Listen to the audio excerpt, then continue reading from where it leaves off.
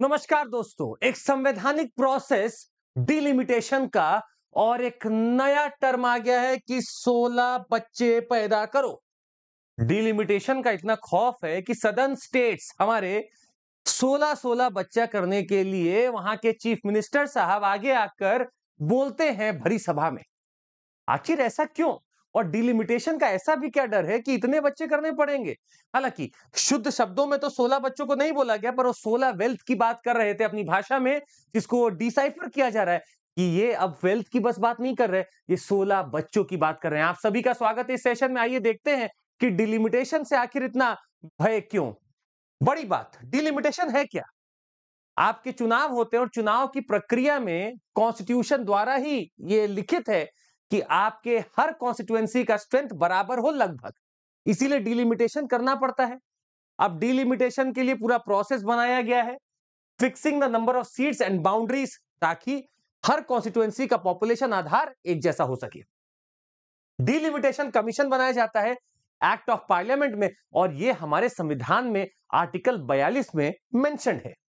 इस पूरे delimitation exercise का जो बेसिस है, वो आप ताज्जुब करेंगे जान के कि वो पॉपुलेशन है। जी हां, मतलब यूनिवर्सल एडल्ट फ्रेंचाइज इलेक्शन की प्रक्रिया, ये सब पॉपुलेशन यानी कि आबादी पर आधारित है। यहां मॉनेटरी का कोई रोल कभी प्ले नहीं हुआ, यहां पे एजुकेशन का कोई रोल डायरेक्टली इस डिलिमिटेशन में नहीं दिखेगा। यहां बस एक चीज डायरेक्टली दिखेगी, वो है आबादी। साथ ही में इस आबादी को पॉपुलेशन का बेसिक लिए हुए लगातार चीजें चल रही थी। 42nd अमेंडमेंट एक्ट ने 1976 के इस एक्ट को कोशिश किया था कि एलोकेशन ऑफ सीट्स जो है वो फिक्स हो जाए।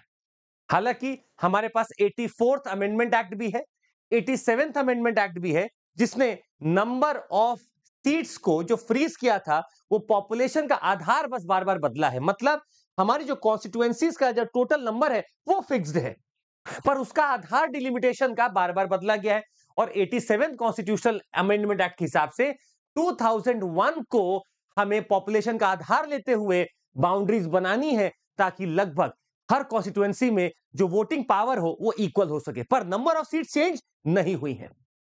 डिलिमिटेशन 4 बार तो हो चुका है, 1952, 63, 73 और 2002। ये चारों बार प्रक्रिया बनाई गई, डिलिमिटेशन कमीशन बनाया गया और ये सारी प्रक्रिया हुई। अभी आप रुकिए, पर अब आपको यह समझना है कि डर किस बात का है।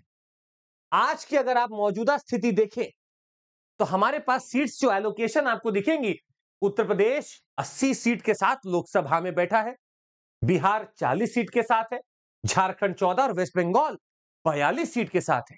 वहीं अगर आप साउथ में चलेंगे तो आपको मिलेगा तमिलनाडु 40 सीट या 39 सीट, केरला 20, कर्नाटक 28, तेलंगाना 17, आंध्र प्रदेश 25, महाराष्ट्र 48, मध्य प्रदेश 29, ओडिशा 21। मतलब यहां के राज्यों को अगर मैं यहां से कंपेयर करूं एकदम सदर्न स्टेट से, तो कहीं ना कहीं ऊपरी राज्य में पॉपुलेशन के आधार पर अच्छा खासा सीट मिला हुआ है।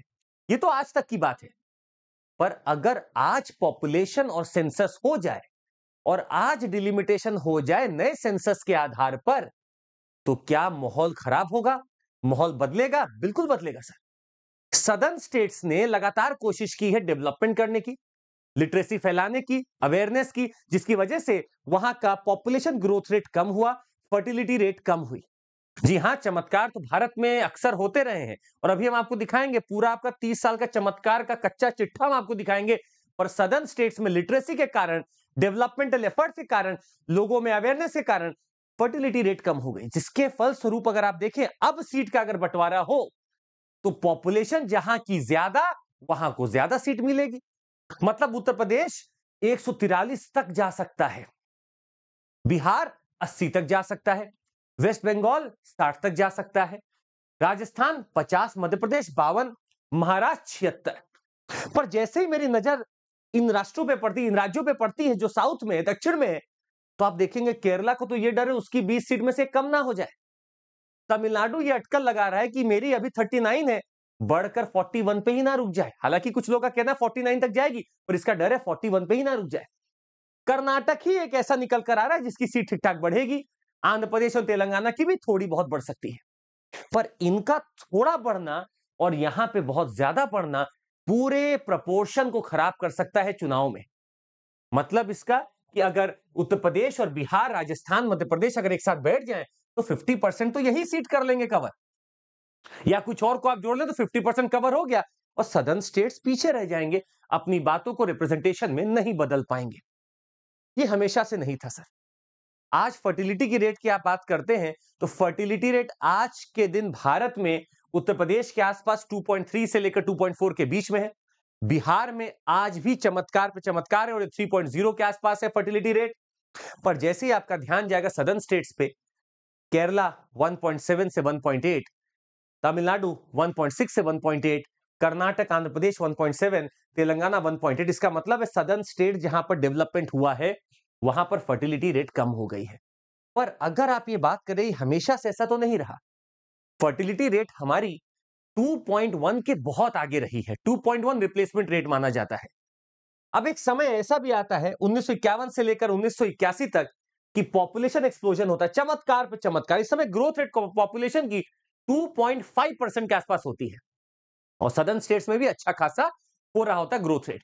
पर इस एपिसोड के बाद से 1980s के बाद से साउथ में जो डेवलपमेंट हुआ, जो एजुकेशन का एक मुहिम चली है, उसके कारण वहां का अवेयरनेस कैंपेन, वहां के लोगों की समझ ये इतनी बढ़ गई कि धीरे धीरे फर्टिलिटी रेट अपने आप कम होने लगा। पर ये चीज नॉर्थ में आएगी तो, पर थोड़ा और समय लेगी, अभी ड्रैग लेगी। पर नॉर्दर्न स्टेट जब तक वो ड्रैग में है तब तक अच्छे खासे पॉपुलेशन में एडअप कर रहे हैं और इसीलिए आज पॉपुलेशन अच्छा खासा नॉर्दर्न स्टेट्स में आपको दिखता है और इसीलिए अच्छी खासी वहां पर सीट्स भी चली जाएंगी अगर डिलिमिटेशन का आधार बस पॉपुलेशन हुआ तो। इस बात से नदारत कुछ लोग बोलते हैं कि देखिए, हमारा आज पूरे भारत का जो पॉपुलेशन है वो 18% है, परंतु आज हम इस पूरे देश की अर्थव्यवस्था में 35% से भी ज्यादा कंट्रीब्यूट करते हैं। भारत की पॉपुलेशन 17.5% है पूरे वर्ल्ड की, और अगर आप सदर्न स्टेट्स की बात करें तो वो भले ही 18% हो, पर वो 35% तक आपके कंट्री को जीडीपी में योगदान देते हैं। तो क्या ये पीनलाइज करना नहीं होगा अगर डिलिमिटेशन उनको सिर्फ पॉपुलेशन के आधार पर कम सीट दे तो?